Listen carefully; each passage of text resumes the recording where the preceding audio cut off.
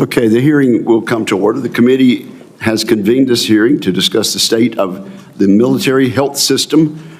We hope to shine a light on the challenges facing that system and begin working towards solutions. Our witnesses are experts in the field of military medicine. Dr. Douglas Robb is a retired Air Force Lieutenant General and the former director of the Defense Health Agency, DHA. Dr. Paul Friedrichs is a retired Air Force Major General and the former Joint Staff Surgeon. And Dr. Jeremy Cannon is a retired Air Force Colonel and trauma surgeon who currently serves on the faculty at the University of Pennsylvania School of Medicine. I look forward to their testimony. I want to hear their recommendations about what Congress and the Department of Defense should do to provide long-term stability to the military health system. Military medicine often follows a familiar but regrettable cycle.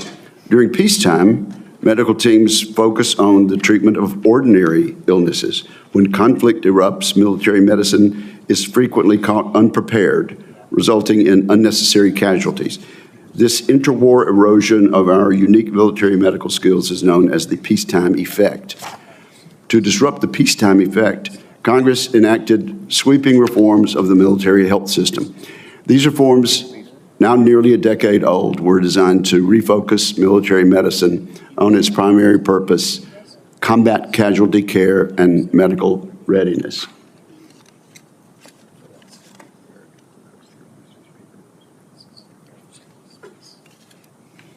We elevated the Defense Health Agency to a combat support agency and tasked it with administration of all military hospitals and clinics, relieving the military departments of that mission. The goal was to have the military services focus exclusively on the medical readiness of their forces.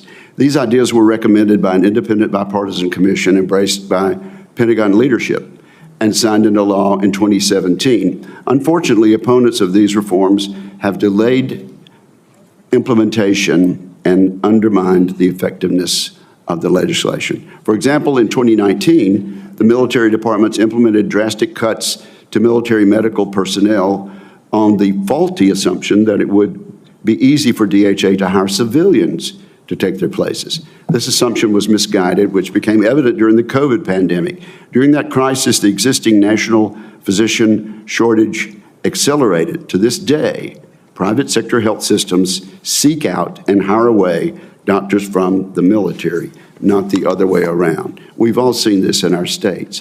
In 2020, Congress ordered a halt to any additional military medical reductions, but it was too late.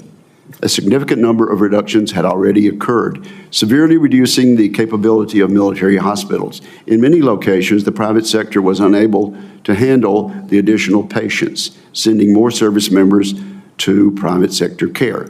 This has proven more expensive and has sapped the military doctors' experiences that are vital to maintaining proficiency.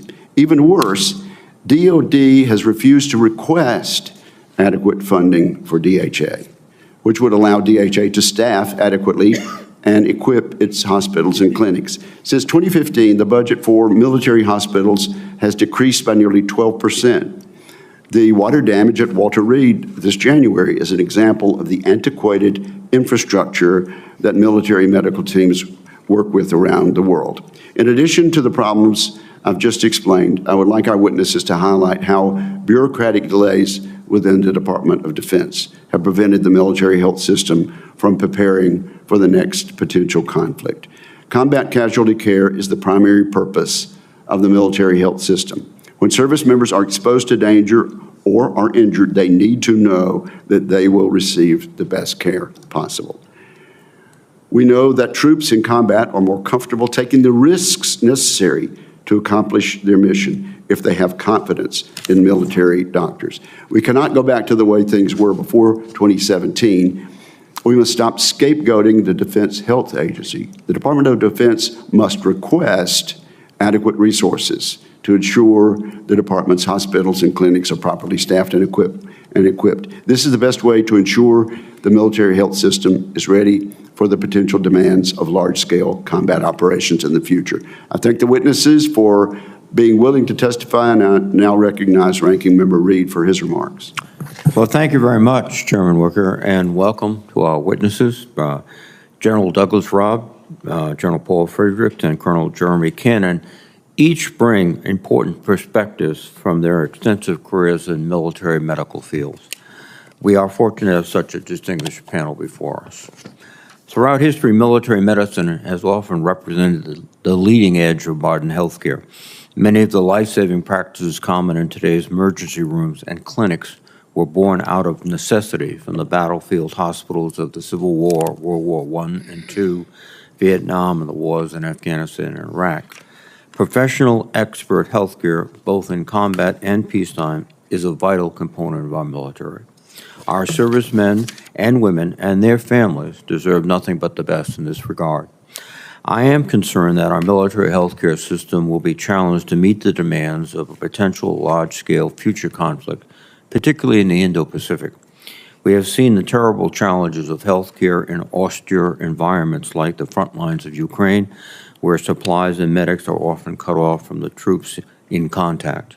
These risks would be compounded in the Indo-Pacific, where contested logistics and the tyranny of distance would be major factors. Congress has dedicated considerable attention to reforming the military health system in recent years, with an eye toward any potential future large-scale conflict.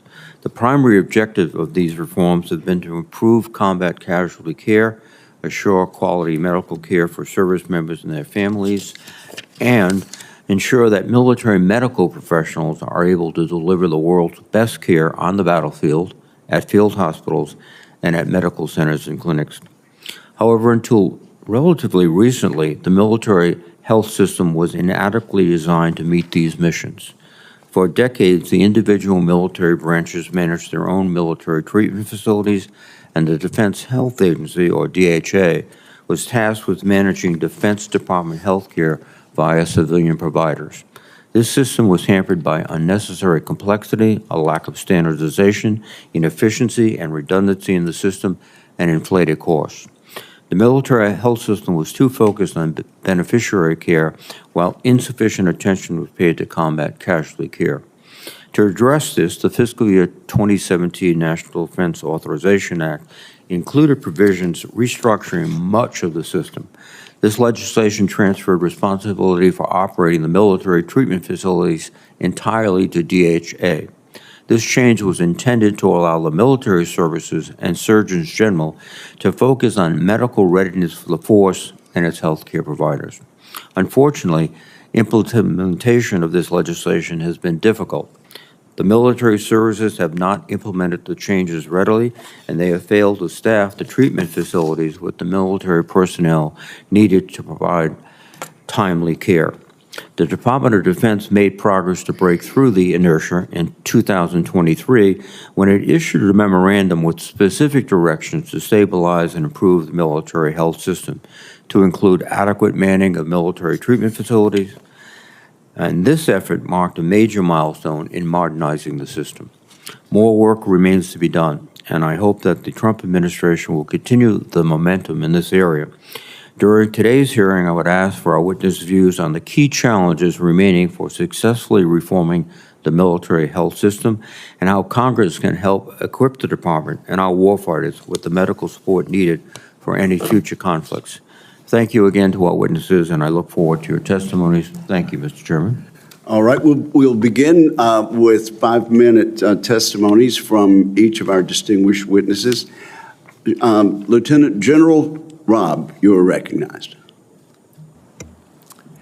Chairman Wicker, Ranking Member Reed, and distinguished members of the committee, thank you for this opportunity to testify on the urgent need to restore and sustain our military medical readiness in the face of large-scale combat operations. And thank you both for your, what I would believe is spot-on comments. So thank you very much. Just a little background on where my perspective of the military health system originates from. I started my military career as a boots on the tarmac operational flight doc, both stateside and overseas. I've served at the Air Force Squadron, Hospital, Clinic, and Medical Center commander positions and at the headquarters level. I've also had the honor and privilege to serve our joint forces as a U.S. Central Command Surgeon, Joint Staff Surgeon, and as the first director of the Defense Health Agency. Moving forward, a refocus on our ability to support large-scale combat operations, I believe, will require a recalibration of current and future resources to support large-scale casualty flow from the battlefield or the sea battle to definitive care, rehabilitation, and eventually reintegration. All this in the face of incremental pressures from OSD, OMB, and the military departments, resulting in a decade plus of flatline, actually declining, defense health program budgets, personnel reductions, erosion of our mission-critical military treatment facilities, and intense competition for quality healthcare professionals with the private sector. One of the key military health system organizational elements in support of the military health system strategy is the evolving and maturing Defense Health Agency, designated as a combat support agency, that was established over a decade ago. Recently, the DHA's justification, and specifically the DHA's designation as a combat support agency, has been challenged and questioned. In 2011, the Deputy Secretary of Defense issued a memo titled Review of Governance of Model Options for the Military Health System that was driven by the department's significant growth in healthcare costs. Fast forward a decade later, sound familiar? The Task Force on Military Health System Governance Reform was then established, and this is key, that included co-chairs from the Joint Staff, OSD, and FLAG and SCS representation from the Joint Staff, OSD, PNR, CAPE, and Comptroller, and the Service Surgeon Generals for a total of 9 voting members. And I think it's also too important to recall the task force overwhelmingly recommended a Defense Health Agency organizational model with a final vote of 7 for the Defense Health Agency, 1 for a unified medical command, and 1 for what then was called a single service model. The recommendations were briefed through both joint staff and actually through 2 chairmen and Office of Secretary of Defense and actually through 2 Deputy Secretary of Defenses, with the Defense Health Agency construct signed off by the DepSecDef with the chairman's support. Another decision that has come into question in recent years was the designation of the Defense Health Agency as a combat support agency. This designation was initiated by the Director of the Joint Staff with the chairman's concurrence when reviewing the proposed DHA organizational structure and the relationships with both the chairman and the OSD. The CSA designation was then codified. Now, a decade later, do I still believe the original analysis and the recommendation to stand up a Defense Health Agency as a combat support agency remain valid? And the short answer is yes. But does a recalibration of the Defense Health Agency supporting relationship with its combat support agency responsibilities to the supported entities of the military departments and the joint forces need to be readdressed? And again, I would say yes. I share with you several lines of effort that I believe are essential as we strive to further achieve a more tightly integrated military health system to support our national military strategy and our national security strategy. Number 1, reemphasizing with clear articulation and execution of the Assistant Secretary of Defense's of Health Affairs authority, direction, and control of the Defense Health Agency. Number 2, I believe we need to establish a direct organizational linkage at the Defense Health organizational structure level with the chairman of the Joint Chiefs of Staff and the combatant commands through the Joint Staff Surgeon to ensure that the responsibilities are prioritized with the DHA's execution. And finally, NDA 19 directed the department to establish joint force medical requirements process to synchronize the military health system's already established joint operational requirements governance process. And I think that's key, that the medics need to play with the joint staff's process for determining requirements. In closing, I would like to thank you and look forward to support you in assisting the military health system's ability to accomplish our mission of ensuring a medically ready and a ready medical force in support of our military departments and combatant commands through the provision of care to our 9.5 million beneficiaries. Thank you. Thank you very much, Dr. Robb. Major General Friedrichs. Chairman Wicker, Ranking Member Reed, and members of the committee, thank you so much for the opportunity to be here. I had the opportunity in my very last briefing to some members of this committee in May of 23 to give you a classified assessment of MHS readiness. And I will start with a recommendation that if you've not had an update since May of 23, I would implore you to schedule that so that the Joint Staff Surgeon can give you the most current classified assessment, because what we will provide today is an unclassified assessment. Second, I'll give a disclaimer that the views that I express are my own, not those of any organization with which I've been affiliated. I've provided a detailed written statement to you, and I would respectfully ask that that be entered into the record of this hearing. All of the statements will be added to the record at this point without objection. Thank you very much, Chairman. I have two disclaimers. The first, this is my family business, so I will speak both from my experience and because my dad served in the Navy, 98, still alive at the end of World War II, multiple other relatives in the Navy. My wife is a former Army physician who now works for the VA. We're very proud that one of our children is a Marine. I care about this not only because of all of the others, but because this is what my family has done for generations. My second disclaimer, like General Robb, is I've had the privilege of serving our country now for 39 years, and the majority of those years I've spent in joint roles. Congress got it right in 1986 with the Goldwater-Nichols Act, but the one thing I wish you would change is to include medics as part of the military. As long as we preserve this false narrative that the military health system is separate and not covered by the same expectation of jointness as the rest of the military, we're going to continue to have these fruitless, bureaucratic buffoonery actions that distract us from taking care of patients. I encourage you to treat the military health system like a part of the military. We've had tremendous accomplishments over the last 20 years with the lowest rate of deaths among injured ever seen in conflict, and we should be incredibly proud of that. When I deployed, I had what I needed when I needed it, Aerovac available. I flew Aerovac missions. I operated on casualties. I never lacked for what I needed.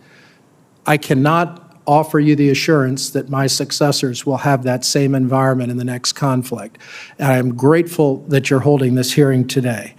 I have several very specific recommendations. First, as I touched on before, we must prioritize the patient over the patch. Put a nail in the heart of this discussion about reorganizations and what the role of the military health system actually is. We need to commit, and we need your help in the next NDAA, to clearly articulate, just as both the chairman and the ranking member said, the military health system exists as part of the military to ensure that we deter those who might seek to harm our nation and defeat them if they try to. The military's role is to take care of the human weapons system. The healthcare benefit delivery is part of how we do that and part of a commitment that we make, but I implore you to address that in the next NDAA.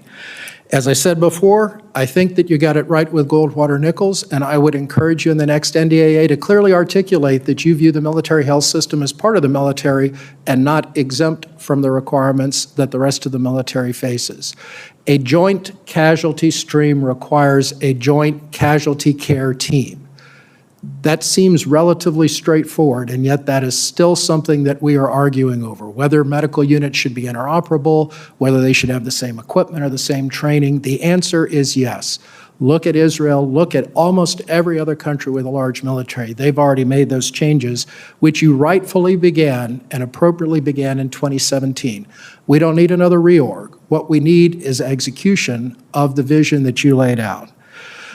The next point that I'd bring up is resourcing, and both the chairman, the ranking member, and Dr. Robb touched on this. Healthcare is not cheap. The mistaken belief that somehow military medicine can be done at a lower cost than in the civilian sector and be ready for conflict is just that. It's a mistake, and it's a discredit to those who state that they care about our patients. Finally, I'm deeply concerned about our growing vulnerability to biological threats. The decisions to take down our overseas partnerships to build better biosurveillance, the decisions to take down research and biological threats, the decisions to take down multiple other programs that we had built as a result of the 2018 National Defense Strategy, which President Trump signed in the first administration and President Biden updated. put us at greater risk, and we must continue to address those risks of the evolving biological threats, both naturally occurring and deliberate threats. The confluence of AI, biotechnology, and compute is dropping the bar dramatically for biological threats. We should be working on mitigating that. I thank you again for the opportunity to be here and for your interest in this. Thank you, Dr. Friedrichs. Colonel Cannon. Chairman Wicker, Ranking Member Reed, and distinguished members of the committee, thank you for the opportunity to testify. These comments are my own and do not reflect an official position of my employer, Penn Medicine, or of the Hoover Institution, where I currently serve as a veteran fellow. As a practicing trauma surgeon, I've cared for injured warfighters in both Iraq and Afghanistan. I've directed the DoD's only Level 1 trauma center. And now I lead a Penn Medicine Navy partnership for trauma training. I know firsthand what it takes to save lives on the battlefield and what happens when we fail to sustain medical readiness. I want to start by sharing the story of the unexpected combat casualty survivor that I took care of in 2010. Note, I'll use a pseudonym throughout my comments for patient privacy. U.S. Army Sergeant Eric Ramirez was on patrol in Afghanistan when a sniper's bullet tore through his chest just above his body armor. His injuries were truly catastrophic, but thanks to decades of investment and innovation in combat casualty care, a military trauma team pulled him up out of his certain death spiral by placing him on heart and lung bypass on the battlefield. Days later, I had the honor of caring for Sergeant Ramirez in the U.S. as he reunited with his family. This unequivocal display of medical supremacy was not accidental. It was built on years of research, training, and policy reforms, but I fear that if Sergeant Ramirez suffered this same injury now, he would die a preventable death on the battlefield. Today, only 10% of military general surgeons get the patient volume, acuity, and variety they need to remain combat ready. We're actively falling into the trap of the peacetime effect.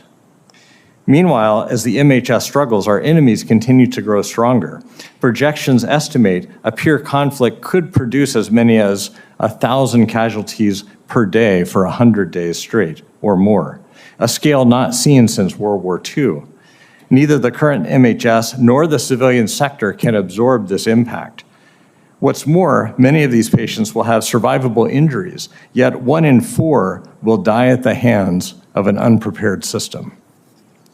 How can we meet this looming threat? First, we must clearly articulate the root problem of our failed readiness efforts. No one in DoD truly owns combat casualty care. In 2017, the Joint Trauma System, or JTS, was codified in law. This committee must now strengthen the statutory language to affirm that JTS owns combat casualty care and to provide this precious resource with both top-down authority and bottom-up support. Then we must push the MHS to refocus on forward-deployed care, the one thing that only military medicine can do. For this, I recommend 3 lines of effort. First, clinical training. In order to train the way we fight, we must establish 5 to 6 high-volume military treatment facility centers of excellence for both trauma and burn care. These centers must undergo civilian accreditation and fully integrate into a national trauma and emergency preparedness system. We also need to strengthen and expand our military-civilian partnership sites where military trauma teams manage critically injured patients on a daily basis, like my partnership program at the University of Pennsylvania. To do so, Congress must reauthorize PAPA and fully appropriate the Mission Zero Act. Second, combat casualty research.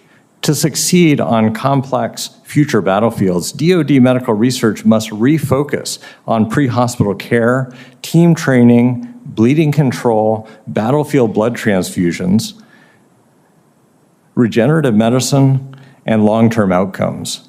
In order to fully understand the effects of battlefield treatments, we must link DoD trauma registry data with VA records. Finally, we need a unified military trauma system strategy. We must urgently develop and implement a whole-of-society roadmap aligning military, VA, and civilian systems for both peacetime readiness and large-scale combat operations. The bottom line, if we maintain the status quo and enter a peer conflict unprepared, we will condemn thousands of warfighters to preventable death. Without urgent intervention, the MHS will continue to slide into medical obsolescence. To restore the medical supremacy that saved Sergeant Ramirez, we must act now. Mr. Chairman, members of the committee, our warfighters and our nation deserve medical supremacy. Thank you for your time. I look forward to the comments. Thank you, Dr. Cannon, and I commend each of you for your excellent testimony. Let me just get a quick answers here from all three of you. I think what I'm hearing from all three of you is that this is going to require more than simply good management of what we have on the books now. Each of you is recommending changes in the statute that need to come in this coming NDAA. Is that right, Dr. Robb? And yes. Dr. Friedrichs? Yes, sir. And Dr. Cannon? Yes, Mr. Chairman. Okay. Now let's talk about military surgeon readiness for combat care. There was a study out in 2021. It found that the population of military general surgeons meeting necessary readiness standards decreased from an already low 17% in 2015 to about 10% in 2019. We'll let all three of you take a brief chance at answering this. Why is this happening, and what specifically can DoD do to reverse this trend? And we'll just start with Dr. Robb and go down the table. We'll try to share different perspectives here. Okay. I think it comes back to the system to be able to resource the requirements that we need.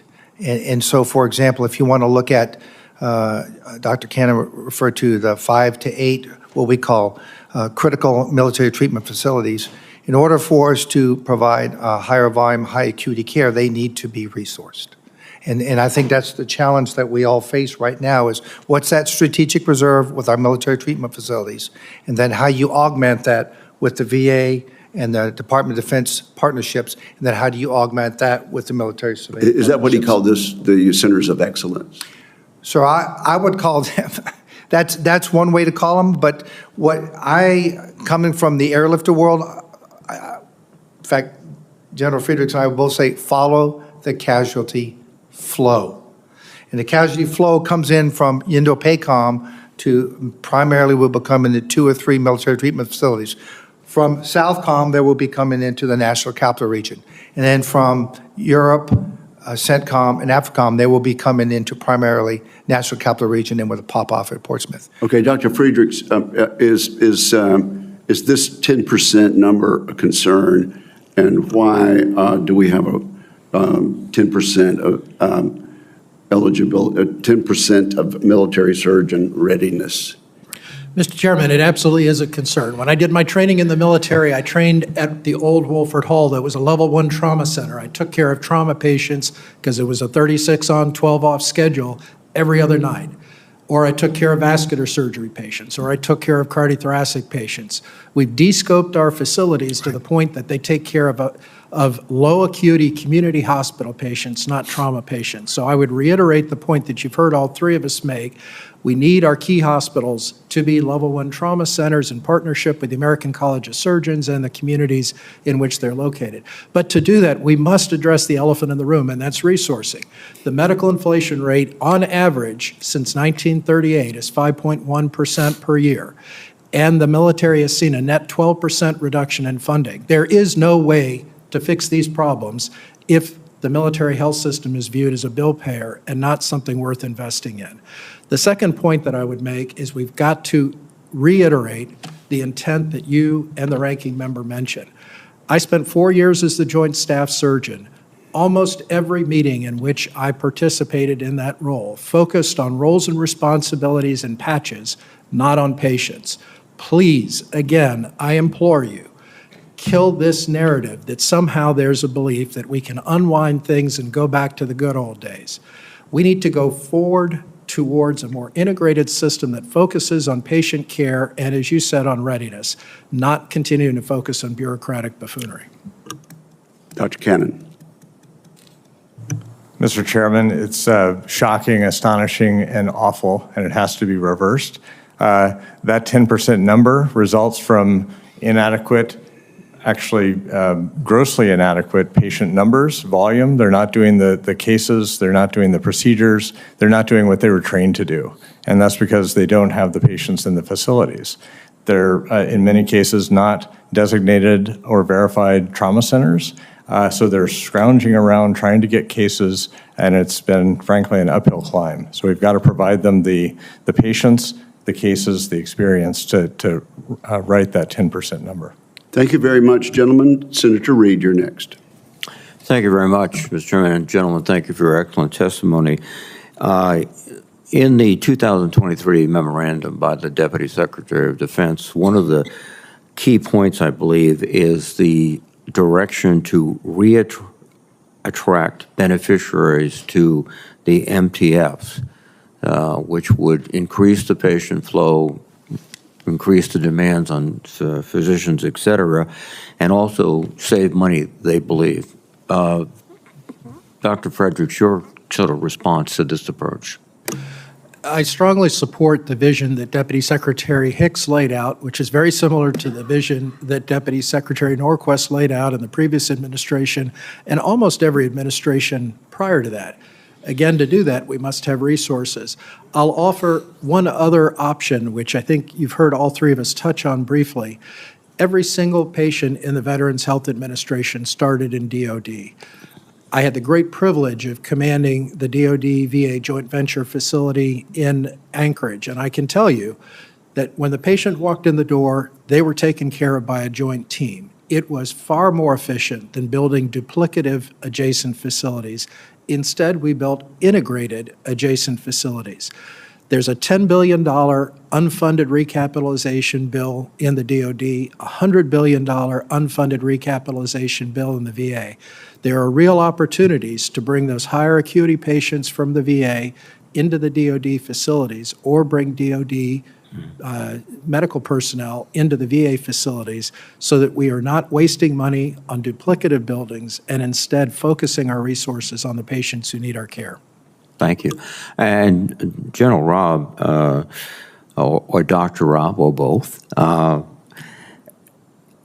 do you think the military healthcare system is adequately focused on the combat-related medical capabilities? I've heard comments by all the panel suggesting that they're diverted into things that are not effective in a combat situation. Well, I think, in fact, I would kind of like to challenge the misnomer that there's a separation between care beneficiaries and medical readiness. And I would argue the way that we get our skills, primary care, specialty care, and just as important, our allied health, pharmacy, x-ray techs, logistics. We get that by taking care of our beneficiaries. And so what I think is so important is that we we care for our patient population to best achieve a medically ready and a ready medical force. And what I think is really important is that, again, we have to create a capability. It has to be an enterprise approach. And when we talked about, again, I'll go back to the point of follow the casualty flow, and you look at those critical hospitals that we believe are important, we must staff those. And we must staff those to the fullest extent possible. You can't reattract patient care into our MTFs unless you staff them. And I think that is what is key. If I can't get an appointment, then I can't get an appointment. And so that's what is key. And so if you talk with Walter Reed, for example, they may have enough surgeons, but for various reasons, the support staff doesn't exist, so they don't have the throughput that they need for surgical cases. The caseload is there. So what I think we need is an enterprise approach on how do we resource, okay, the full spectrum of support for our critical care hospitals and then make up the delta with our military VA partners and with our military civilian partnerships. Thank you. Dr. Cannon, your comments, please. Senator, I think it's vitally important to have highly functioning premier medical centers that we can be proud of, that our surgeons and other specialists and allied health members want to be a part of. Right now, many of these facilities are shells of what they used to be. You heard about Wilford Hall. That was an amazing facility that did so much good for so many decades. The new incarnation, Brooke Army Medical Center, the San Antonio Military Medical Center, is also amazing, but it's sort of out on the vanguard by itself. We need other premier flagship centers, and I think we can do it. We've got the pieces in place, but we've got to commit to keeping the combat casualty at the center of our focus and make it happen. Thank you. My time is just about expired, but a yes, no, or perhaps answer. I am concerned about the ability to mobilize medical professionals for a all-out fight. Is that a valid concern? Yes or no, please? Yes. It is the billion-dollar concern. The Israelis have proved that. And we have a shell game right now with our Guard and Reserve and civilian facilities. We're going to pull them out, deploy them, and assume that civilian facilities, which during COVID required 70,000 military medics to take care of a surge in demand, instead lower their staff and then take care of a surge in demand. The math doesn't work, even for a Louisiana public school grad. Dr. Cannon, go ahead and answer the question. Yes or no? Take the time. I agree. It's a Thank concern. All right, Senator Fisher. Thank you, Mr. Chairman. Thank you all for being here today. I really appreciate the information that you're giving us and also the concern you have with the direction that we aren't headed yet. In the NDAA for FY 2020, a pilot program was established to assess the National Disaster Medical System, the NDMS, and hopefully that it would increase not just capability, but also capacity within that. In a conflict, we've touched on that already. We have to be able to quickly disperse and absorb casualties throughout the United States. Dr. Friedrichs, why is it so important for the NDMS to maintain this surge capacity? Senator Fisher, first, thank you for the role that you and your colleagues from Nebraska played in championing this and highlighting this. It's important because the military health system does not have the capacity to care for every casualty coming back. We don't have the capacity to care for the people in peacetime right now. So to think that somehow we can do this on our own is another mistaken belief. During the Cold War, we recognized that if our nation went to war, we would go to war together, and that we would do it with an integrated system with the DoD, the Veterans Health Administration, and civilian partners. We must rejuvenate the NDMS, not let it continue to atrophy. So what's the next step in this pilot program? So the next step is to make this not a pilot program, but to reiterate that this is indeed the intent of Congress, that the NDMS is the framework in which we integrate our ability to deal with either surges in military patients or, in the event of a natural disaster, surges in civilian patients. But that is the framework. A subset of that are the RESPECT centers, which you're very familiar with, the regional emerging special pathogen centers that are designed to take care of patients exposed to or treated, infected with high consequence infectious diseases. And another subset of that is the trauma system that Dr. Cannon so nicely described. We need your help to articulate in law that we must work as a nation and as a team. We're short 300,000 nurses nationally. The projections are we will be short 130,000 doctors by 2035. There is no way that we can do this individually. We must do it together, and I urge you to codify the NDMS pilot and make that the intent moving forward. Dr. Cannon, Dr. Robb, anything to add on that? Senator, I would just advocate for what my colleague, General Friedrichs, just said, but we need to put our foot on the gas. We don't have 5 years, 10 years, 20 years. We need the solution really now. Dr. Robb?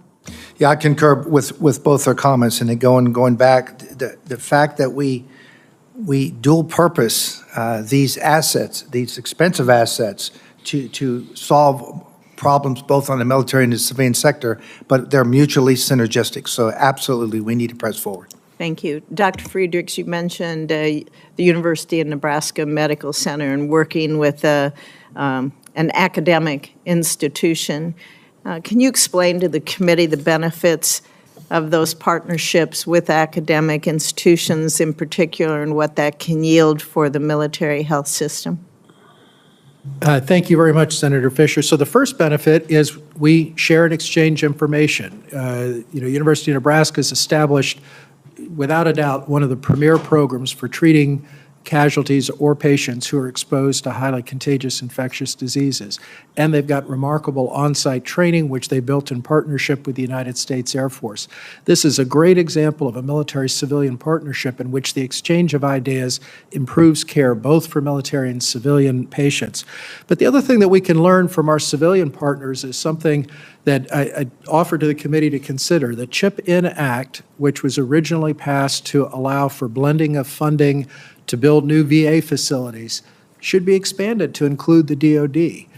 We cannot afford to keep building duplicative facilities, and the CHIP-In Act was a great way to allow the blending of federal, state, local, and philanthropic funds so that we can most efficiently care for this diverse patient population. And again, I commend the University of Nebraska for the pioneering work that they've done in showing what a good MILSA partnership looks like. Thank you for the shout out on the CHIP-In Act. That bill was written in my office, so thank you very much.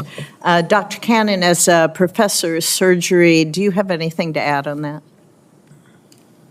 I would just comment that these MIL-CIV partnership sites can be incredible assets for force generation, for building up that next generation, those future leaders in surgery and other combat relevant specialties. And these are epicenters of academic excellence where we can truly inspire that next generation. Thank you. Thank you, Mr. Chairman. Thank you, gentlemen. It seems to me that the state of Nebraska must have excellent representation in the U.S. Congress. Senator Shaheen. Thank you all very much for being here today. Dr. Robb, you discussed the impact of declining budgets on the Defense Health Agency.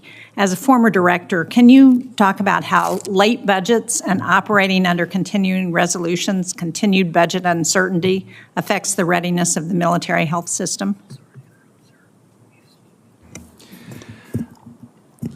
When I look back at, in fact, I'll go back in history because I was part of that. When we initially stood up the Defense Health Agency in response to the perception that we had a 10% of the 10% of the DoD's overall budget, and then we moved. And then I fast forward to 12 years later, and now we're actually less than 10%. And I look at, we were meeting most of our, not quite, but most of our demands back then. But as I've watched, we've had increasing combatant command requirements with a decreasing defense health program. And what that has forced us to do is we've seen a couple of challenges, and there are multiple things going on, but the military departments have, their end strength has gone down. And the way we man those hospitals is with a certain percentage of military members. And as Dr. Friedrichs said, you just can't buy healthcare professionals off the streets. And so when we cut the end strength, okay, then we apportion this care downtown, and then that increased TRICARE budget, but then we have to pay with Bag 1 money, which is direct care money, to pay direct care. So now we actually have a internal shrinking of our budget. So it has been challenging for the Defense Health Agency to manage a set of military treatment facilities with that to be the current business process. And is it fair to say that budget uncertainty exacerbates that problem? Oh, Continuing resolutions exacerbate absolutely. That problem. Yes, ma'am. Yes, ma'am. Thank you. Dr. Friedrichs, you mentioned the National Guard. And one of the things that I know that the National Guard, as we all know, is assuming a greater role in actual deployments and picking up work for the regular military. I could probably say that more eloquently, but they're taking on a much bigger role than they did 30 years ago. And yet the National Guard doesn't have the same coverage for health care that our regular military does. Despite the challenges that you all have identified, it's even a greater problem for the National Guard. Can you speak to what we ought to be thinking about as we're thinking about how do we ensure that the Guard actually has the health care they need so that they're ready to go if they're called to deploy or called into combat? Thank you, Senator Shaheen. And I'll start, if I may, first with your premise that there's an increasing demand signal. The decision to take down the United States Agency for International Development and most of its capabilities is almost unquestionably going to drive more demand on the Department of Defense. USAID provided countless services for disaster response and for work with allies and partners around the world. And for global health. And for global health, and for biosurveillance and many other roles. In the absence of USAID, we either agree that when Americans are caught in a disaster, they're on their own, or we're going to turn to the only other organization that has those kind of capabilities, and that's DoD. So we should, I'm afraid, expect to see more demand on DoD as a result of those changes. To your point about healthcare preparedness, when we look back at why people shortly after deployment have to be pulled off the line, interestingly, it's dental care, primarily among the Guard and Reserve, who don't have ready access to that. I think if we are serious about a smaller force that must be ready on a moment's notice, we are going to have to address how to ensure that force is ready when needed to go forward. And that's medically ready as well as ready and proficient with whatever their assigned task is. And we're learning a lot of lessons on our industrial base side from the war in Ukraine right now. And a lot of lessons about the conduct of war today. Are we learning anything about the healthcare system and what we ought to be thinking about from what's happening in the war in Ukraine? Anybody?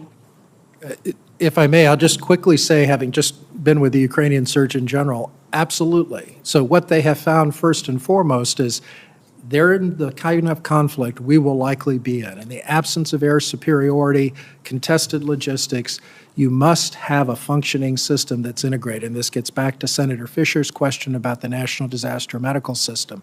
They're also learning the importance of supply chains. When we looked at this at the Joint Staff, we found that a significant percentage of the pharmaceuticals in our deployable assemblages actually rely on ingredients from countries that may or may not be willing to continue to provide those in the next conflict. Same song, next verse with medical equipment.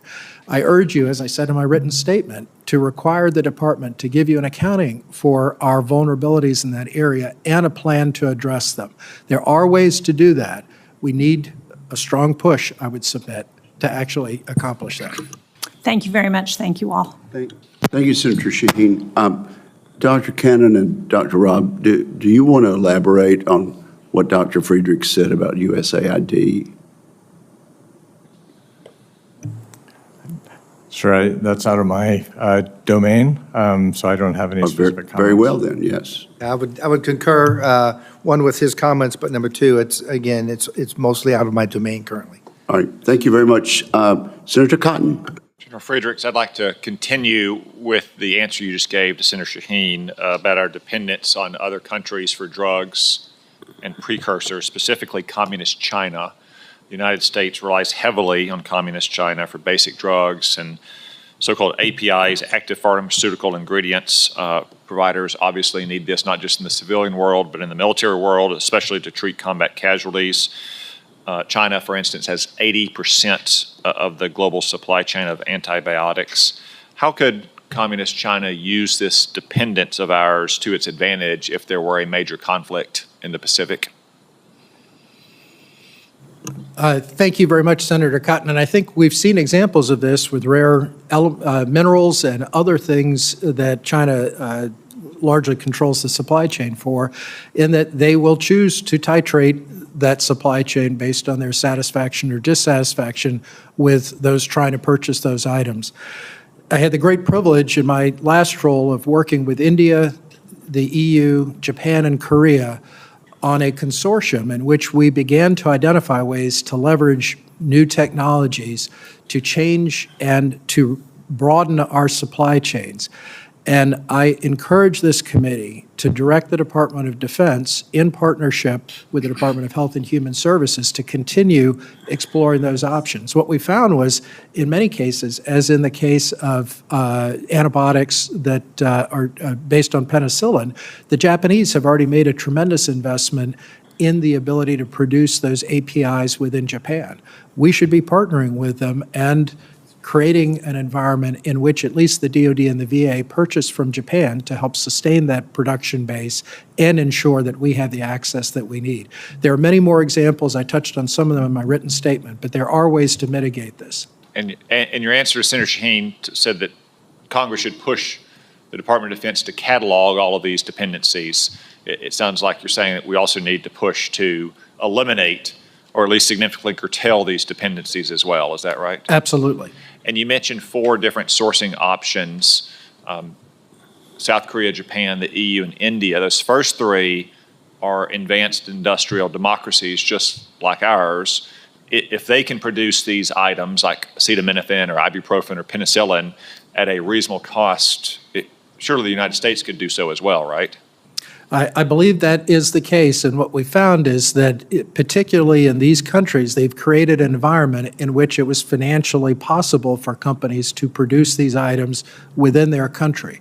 We have not done that here in the United States, but a thoughtful industrial policy that was focused on resilience and national security, as well as economic security and health security, could do that for us as well. It's fair to say that between the two of them, the Department of Defense and the Department of Veterans Affairs sure does have a lot of purchasing power to create a domestic market for the production of these fairly basic and long-standing medicines, right? Absolutely. About 8% of the market, and it gets back to Senator Shaheen's point about continuing resolutions and predictability. If companies know that they have a predictable demand signal, they'll build to it. If they have an episodic or random demand signal, they'll let somebody else deal with that. General Robb, I've noticed you nodding your head vigorously, so please get off your chest everything you wanted to add to General Friedrichs' answers.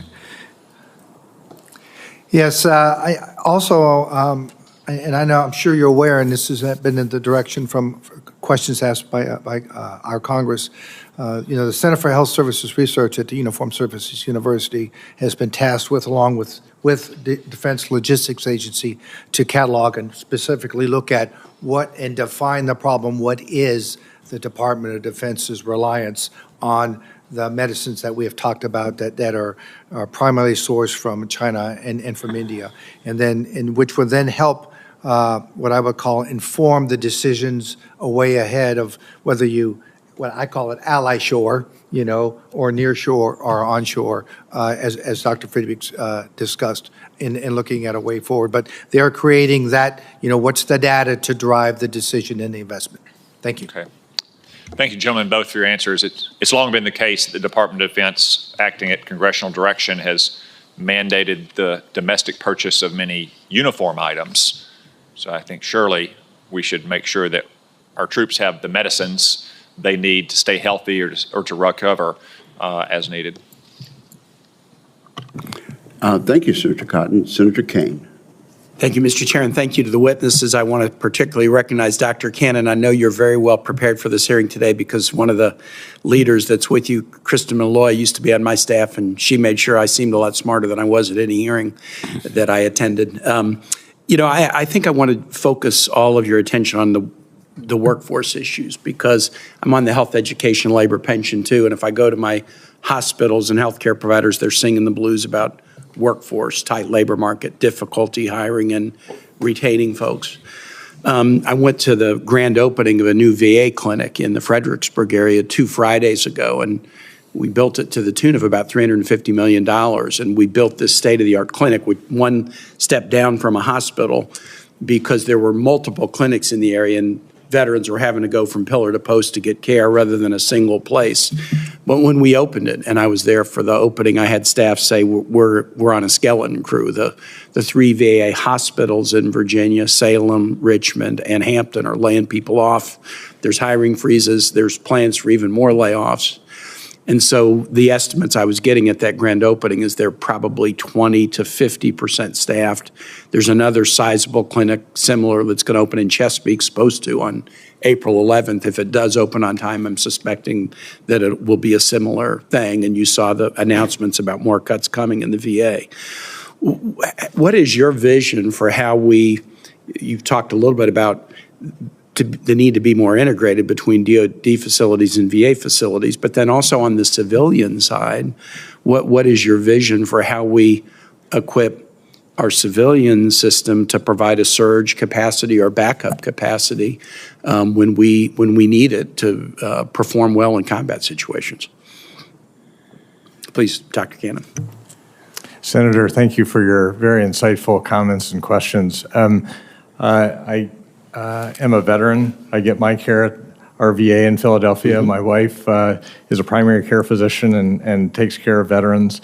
So I can speak to your comments about the VA from that perspective. I do have a role at Penn Medicine as the Assistant Dean for Veteran Affairs for Penn Medicine, but I'm quite new in that role and still learning the ropes. So I'll speak more from my end user experience. I would say that certainly there are opportunities for synergy. The partnerships between VA facilities and academic medical centers, I think, have been partially realized, but in this sort of urgent situation we find ourselves in, we need truly a whole of society approach, and where there can be market synergy, where there can be economies of scale, we should aggressively pursue that.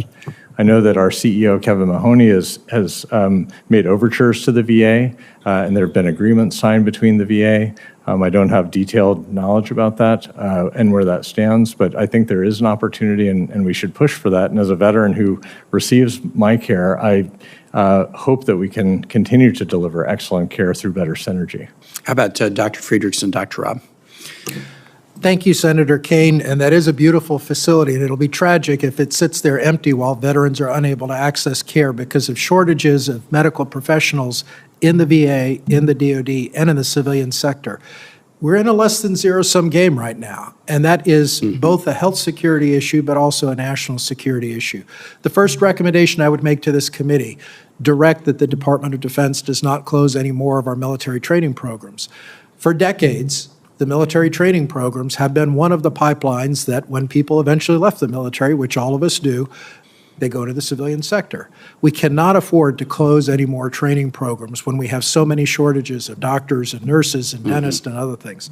The second, I implore this committee, in the NDA, direct the DoD and in partnership with the appropriate VA oversight committees, the Veterans Administration, to come back with a plan, starting with the DC market, to integrate the two systems. We've talked about this since I was a major. I moved here in 1997 and we were talking about this. It's time to stop talking and start doing it. We can't afford to keep talking about this problem. That hospital in the VA here is ancient. It's got to be replaced. We just finished a $1 billion upgrade at Walter Reed. Why in the world are you not demanding that we come back with a plan to do that? It is more efficient and it helps to pool the resources. The third point, and the most important one in your Health Committee role, is we must address these pipelines as both a health security and an economic security and a national security concern. As long as the pipelines continue to be insufficient to need, there's no way that any of these problems are going to get fixed. And I think you have a unique opportunity to help bring that into both committees. Thank you, Senator. Thank you. And Dr. Robb, I'll ask that question for the record because I'm now out of time. I yield back to the chair. All right. Actually, these witnesses will not be taking questions for the record, but I'll let you follow up for 45 seconds. Dr. Robb, then could you approach that workforce integration question too? Thanks. Yes, and I'll go back to where we can share resources, and I will foot stomp. We have very many successful joint DoD and VA partnerships. Travis Air Force Base is a great example where the Actual VA is inside of David Grant Medical Center, share staffs, but more importantly, share patients. We have other where we're co-located community-based outpatient centers that feed patients into like Anchorage, Alaska. We see that down there at Naval Pensacola. So those opportunities, because usually what happens is we want access to critical care patients, okay, for our proficiency, and the VA wants access to resources, which is either excess capacity on space or in staff. And so I think that continued movement forward, not always one size fits all, but that is very, very important. Much like the VA is at all the academic health centers, I think the Department of Defense, especially in our 6 or 8 strategic places, need to have strategic VA and strategic MilSIV partnerships, sharing staff. And I will quickly say, not only do we learn from the military, the military learn from the civilian opportunities. During OIF and OEF, actually, the American College of Surgeons made sure that they were with us so they could learn firsthand, real time, on how we were treating. So it is a mutually synergistic relationship. Thank you, Dr. Robb. Senator Rounds. Thank you, Mr. Chairman. And I'm going to follow right along that same line because I think what you're laying out is basic common sense when it comes to the integration of these two systems. My question is why is it that when we have what is considered to be excellent care with the military system, the MHS involved, and then we have to transition these young men and women as they leave the armed services into a VA facility in which we start all over again?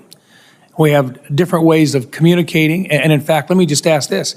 In your experiences, how well do we integrate the transfer of information from the MHS back into the VA systems today? Senator, I can take a crack at that. I believe you're spot on. My experience in transitioning from the DoD to the VA was more of a lukewarm handoff than a warm handoff. I had to sort of navigate my way to the VA. I now have closed that gap, and I get my care there, as I mentioned. But it's not a smooth process. So why is it still the case that the two healthcare delivery systems are so partitioned? I think you have to go back to ancient history almost in our country. And if you look at Secretary Gates' comments about his experience as Secretary of Defense, he said the one department that gave me the most fits was the Department of the VA.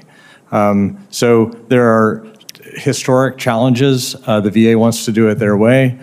Understandably, most of us do want to do it our way, but I think there are clear opportunities and a clear demand signal to break down those barriers and realize opportunities for synergy. So I hope we can do that. I think the focus should be on whether or not we're delivering for the veteran and not necessarily the survivability of the VA itself. And I think that sometimes gets mixed up. Yes, I'm just curious, gentlemen, we've talked about trauma centers, we've talked about the integration or an integrated healthcare system and so forth.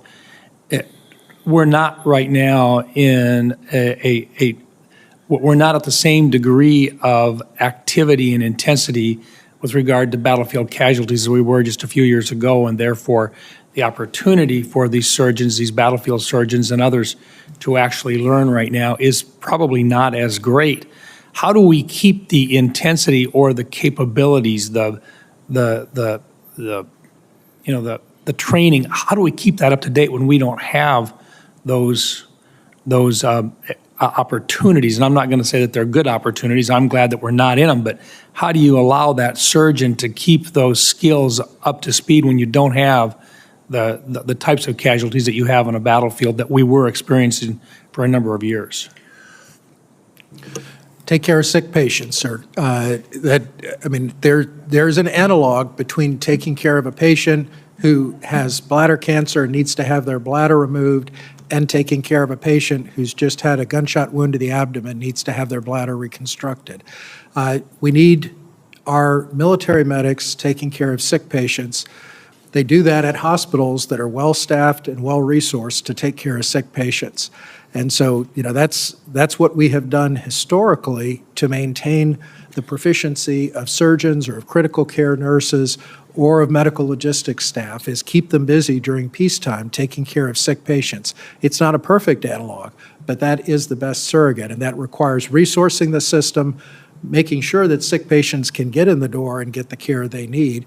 And to your point about the VA, I would just say I applaud the VA for accelerating moving forward with their electronic health record, because that is going to be the secret sauce that enables greater sharing between the two departments and will enable us to track patients from the day they join the military to the day they take their last breath and really learn how to improve both systems. Is the current system that you use integratable with the VA's new proposed medical records healthcare system? So I am not an expert on the VA system. When I left the movie, they were looking at purchasing the same system that the DoD had purchased. I hope that those with oversight responsibilities will insist that the two systems are integratable, because technologically, there's nothing to prevent that. I mean, civilian healthcare systems integrate Epic and Cerner all the time, or McKesson and Epic. There should be no technological reason why we can't do that. Thank you. General Robb, anything to add to that?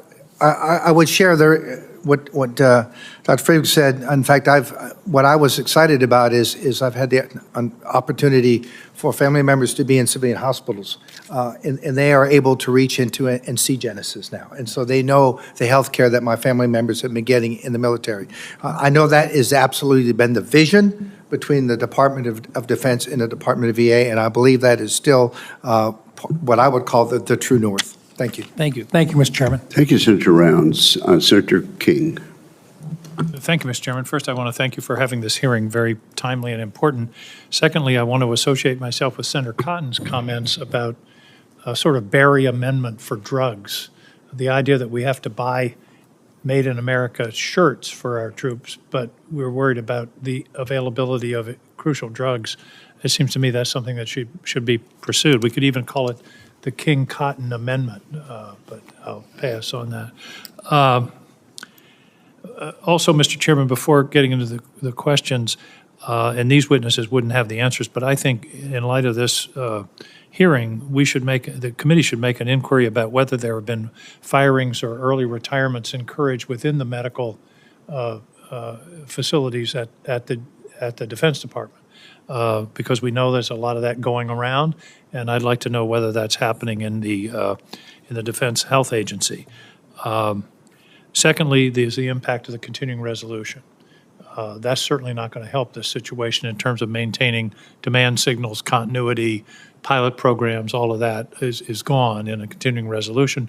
For the first time in my knowledge, I think the first time in American history, we're faced with a year-long continuing resolution, which basically vitiates the entire budget process.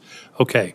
What we're really talking about, it seems to me, is surge capacity. And it's impractical to maintain a capacity within the Defense Department or even Defense plus VA for the kind of casualties that would be generated in a significant conflict. Therefore, I see no other alternative than a cooperative surge agreement with the private sector. That's where that's where capacity is, even though that's fairly limited. But Dr. Friedrichs, isn't that really what we're talking about here? Is how do we deal with a conflict way beyond what we're seeing now within the current capacity? Defense Health Agency couldn't do it. VA couldn't do it. It's got to be it's got to be relationships, and shouldn't we have those relationships in advance so this isn't something that we scramble to do as we did during COVID, for example? Senator King, I could not agree more strongly, and I'll point out that. Show that what he just thank you, sir. So, in the Cold War, we had what was called the Integrated CONUS Medical Operation Plan, which it was essentially what you just described. It was our shared commitment as a nation to care for our nation's casualties if and when our nation went to war. That depended on the National Disaster Medical System as part of the integrating function between the federal and the civilian healthcare system. The NDMS has been allowed to attrit. I echo the recommendations to reauthorize the Pandemic and All Hazards Preparedness Act, because that in part enables the NDMS. But I implore you to go further. The Integrated CONUS Medical Operation Plan needs to be updated, and we started that work when I was the Joint Staff Surgeon, and it's continuing today.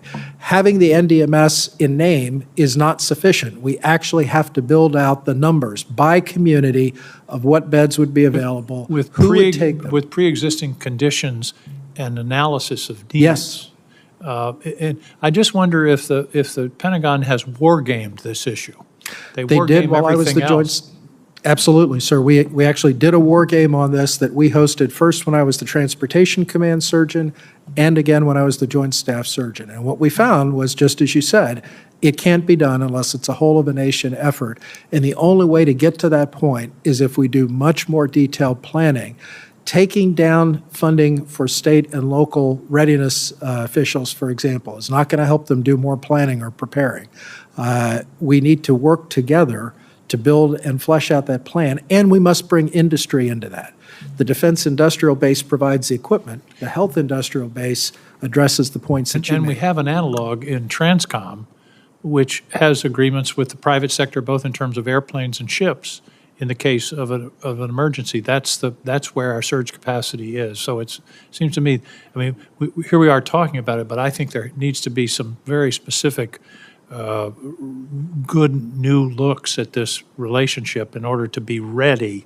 So again, we're not scrambling. Dr. Robb, you're nodding. I take it you agree. Yes, I would absolutely concur. And again, I keep going back to the same theme, is we've got to build up those 6 to 8 to 10 strategic military treatment facilities. We have to resource them, and then you create the already established civilian, military VA partnerships, and then you just keep expanding that ring. But you have to have those relationships codified and in place, and that's what Dr. Friedrichs is talking about. You can't just all of a sudden, when it kicks off, pick up the phone and say, how's it going? You got to have them in place before the crisis hits. Absolutely. Thank you, gentlemen. Appreciate it. Thank you, Mr. Chairman. Thank you very much, Senator King. Senator Budd. Catch your breath. Feel free to filibuster.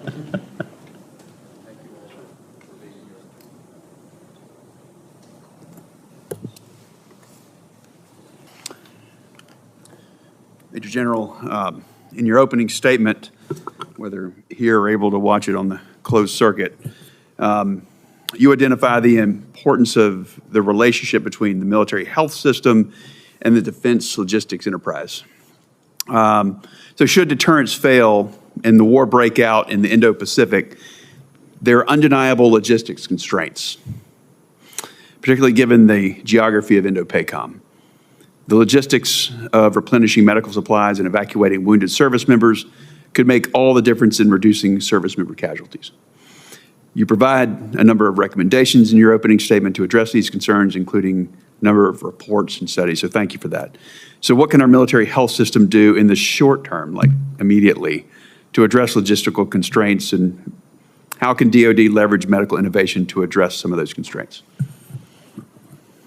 Thank you very much, Senator. I think the most immediate recommendation that I included in my written statement was that whenever we contemplate an operation or we're updating plans, we do a medical feasibility assessment, very similar to the medical logistics, or to the logistics feasibility assessment that the Joint Staff J4 does. We need to ensure that we are informing our combatant commanders about what is and is not possible. That is something that can be done very easily.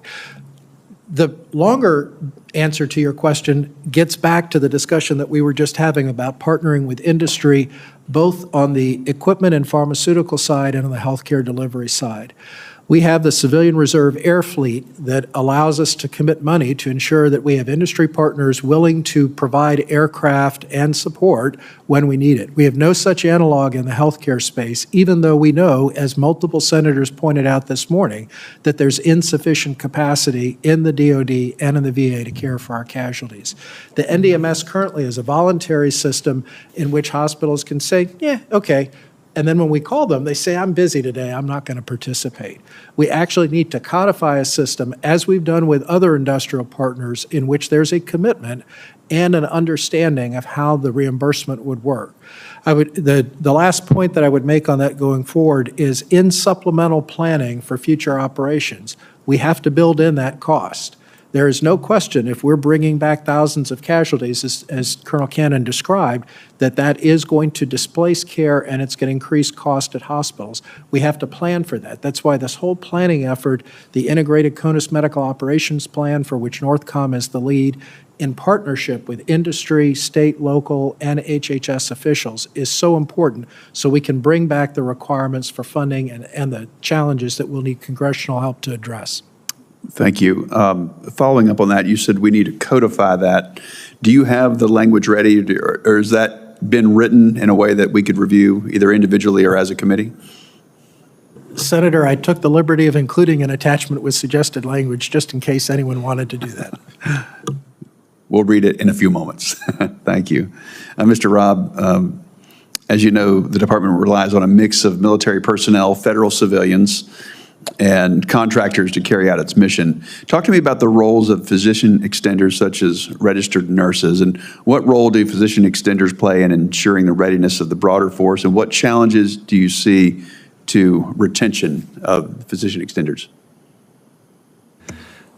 Thank you for that question, Senator. I think it's key that what the same issues of what I call proficiency and currency that exists for physicians exists for our physician extenders. And the Army does a great job, especially in the way they've manned and equipped their fighting forces of using those physician extenders all the way down to the corpsmen to the fullest extent of their capabilities. And so I would argue, as we have these discussions about medical readiness and about our ability to care for what we call critical wartime specialties, we must remember trauma is a small percentage of that, but the majority of the care that is applied to our fighting forces comes from our primary care providers, in which would be PAs, nurse practitioners, general practitioners, family physicians. So we must ensure that they also have the critical thinking skills and the opportunity to practice at the top of their game. Thank you all for the whole panel. Chairman? Senator Budd, yes, indeed, in looking at the statements which have all been admitted to the record by unanimous consent, I see on page 14 of Dr. Friedrichs' prepared testimony, attachment 1, suggested National Defense Authorization Act language. So we do appreciate him acting as an uncompensated legislative staffer for this committee. We appreciate that. And thanks for the question. Senator Kelly. Thank you, Mr. Chairman. General Friedrichs, good morning, and thank you, all of you, for being here today. General Friedrichs, in a recent war game brief to Congress in November of 2024, a hypothetical conflict in the Indo-Pacific resulted in 3,000 U.S. casualties in 3 weeks and 10,000 across the entire conflict. And I'm kind of following up on Senator Budd's line of questioning here. These numbers are higher than anything we've seen since the Korean War.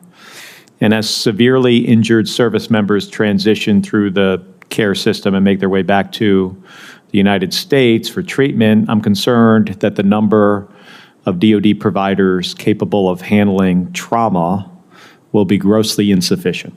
So given that, we're going to need to surge capacity, potentially found in the U.S. hospital system and VA hospitals, so meaning civilian hospitals, VA hospitals. What concerns do you have with relying on U.S. civilian and VA hospitals to provide this trauma care to our service members? Thank you very much, Senator Kelly. And I'd start by saying, even before we get patients back to the United States, in the past, we've relied on our allies and partners to help care for our casualties. And I am deeply concerned if we sever or degrade those relationships, we will need to rewrite our plans, and the demand on the U.S. healthcare system will be even greater. To your point about the U.S. healthcare system, the Integrated CONUS Medical Operations Plan that we updated in 1998 and then didn't look at until 2020 is the plan that describes how we will surge capacity. But a key part of that gets back to some of the discussions we've had earlier. There have to be doctors and nurses and pharmacists and all the other staff to do that. And I implore that we continue to look at the pipelines that produce those medics as well as the facilities in which they work. We had briefly chatted about the opportunity for a medical equivalent to the civilian reserve air fleet that we use to ensure access to civilian aircraft when needed. I believe we need some similar construct in the healthcare system where we partner with industry and recognize that during surge moments, there's a plan and there's money available for us to be able to leverage their staff and their facilities. Is there a plan? There is a plan. We wrote the first version of that before I retired, and they are working on an update to that. But it would benefit from additional congressional oversight to ensure that it's on track and it does not get diverted by bureaucratic buffoonery. Are there current efforts in the relationship building with these hospitals? The Defense Health Agency is tasked to have that outreach, and as I've met with hospital CEOs and system owners, there's certainly an opportunity to do more in that space. We must view the healthcare industry the same way we view the aviation industry or the missile-producing industry, as our partners. We cannot take care of America's casualties without those partners. Can you talk to the value in the 2 Navy hospital ships? I don't know if anybody here is prepared to talk about, because I think there's enough effort underway to replace those. There's also the training ships for the state maritime academies that I think also could serve a role. I visited one at the Philly shipyard a few weeks ago, had an operating room on board. Is that part of the system as you envision it? Yes, absolutely. The hospital ships are integral to our plans for a large-scale combat operation, and the 2 ships we have are some of the oldest ships afloat. They have to be replaced. I think there's a plan to replace them now. It's can you speak to how that is going, if you know? So I pushed incredibly hard for that plan as the Joint Staff Surgeon against intense opposition that we should spend the money in other places.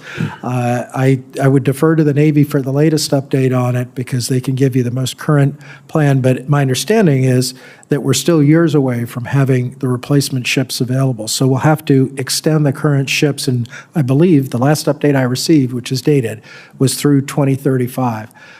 But we do need that additional replacement funding to replace those aged ships. All right. Thank you, and thank you, Mr. Chairman. Thank you, Senator Kelly. Senator Warren. Thank you, Mr. Chairman. So we need a medical healthcare system that works in wartime, but the one we have is failing us in peacetime. And I think we need to do better on this. Fixing TRICARE's prescription drug benefit is part of that. Since 2009, TRICARE has outsourced to Express Scripts, a massive pharmacy benefit manager, PBM. The Defense Health Agency, DHA, pays Express Scripts to negotiate with pharmacies deciding where service members can pick up their prescriptions and what price they're going to pay.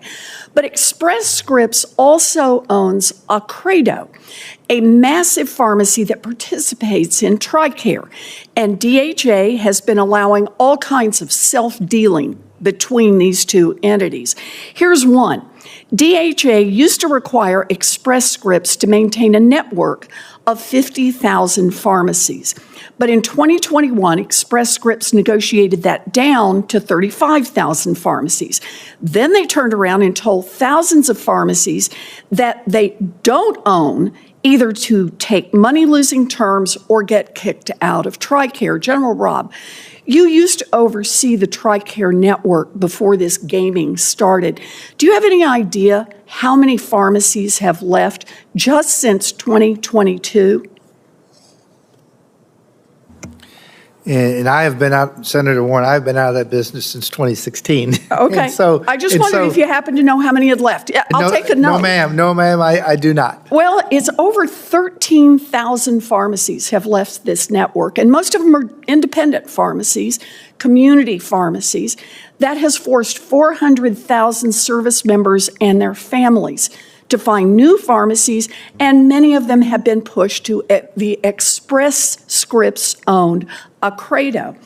Even worse, Express Scripts has set up Accredo as the primary off-base pharmacy where military families can fill specialty drug prescriptions. You know, these are the really expensive cancer drugs, rheumatoid arthritis drugs that make up over half of the $8 billion in TRICARE prescription drug spending. So it's a lot of money here.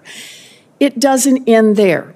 As we speak, Express Scripts is facing a whistleblower lawsuit that alleges the company systematically overfilled TRICARE prescriptions at Accredo, saddling DoD with, quote, billions of dollars in excess dispensing fees and drug resupplies. And this isn't a surprise. Express Scripts has been found to massively overfill and overpay for prescriptions at Accredo, which they own, in other government programs. So, General Robb, since last year, an audit uncovered that Express Scripts was leveraging its contract with the West Virginia Public Employees System to send inflated payments to Accredo for expensive specialty drugs, in some cases inflating the price by 100-fold more than the cost of dispensing exactly the same drug at a competing pharmacy. I imagine you think this kind of taxpayer overcharging is unacceptable. Is that fair, General Robb? I would agree with that.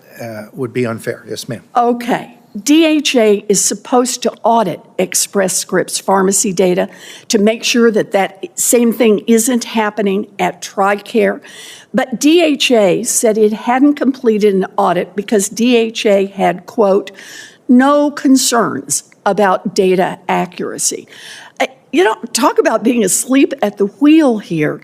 In just the first quarter of 2023, Express Scripts dispensed 70,000 specialty drug prescriptions at Accredo, but the company only reported about 40,000 to DHA. In other words, Accredo failed to report nearly half of the expensive specialty drugs dispensed at its own pharmacy, which were paid for by DHA. So they get the money, but they don't tell DHA what's going on here.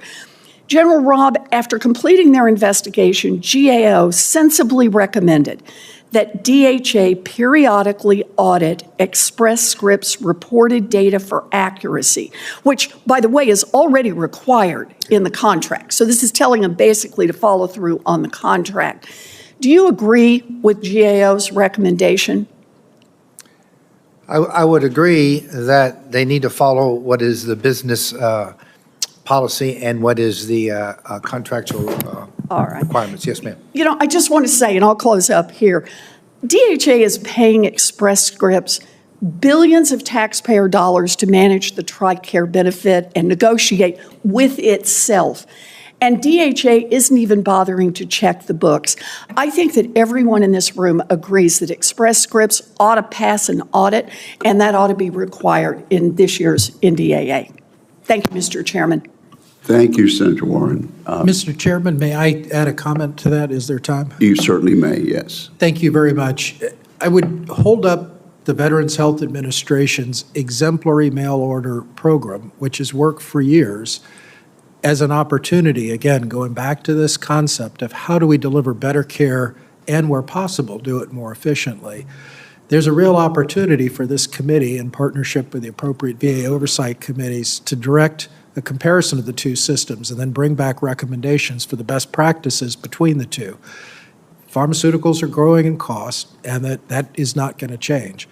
But this is an area in which the Veterans Health Administration actually has done this well for years, with high patient satisfaction, and more importantly, the patients get the meds they need when they need them. There's a real opportunity to learn from the VA here. Thank you very much. Thank you, Senator Warren. Mr. Ranking Member, anything more? Just let me commend the witnesses, and you've given us lots to think about and lots to do, and so we appreciate that. Thank you very much. We are indebted to you and grateful to all three of you. Thank you very much, and this concludes the hearing.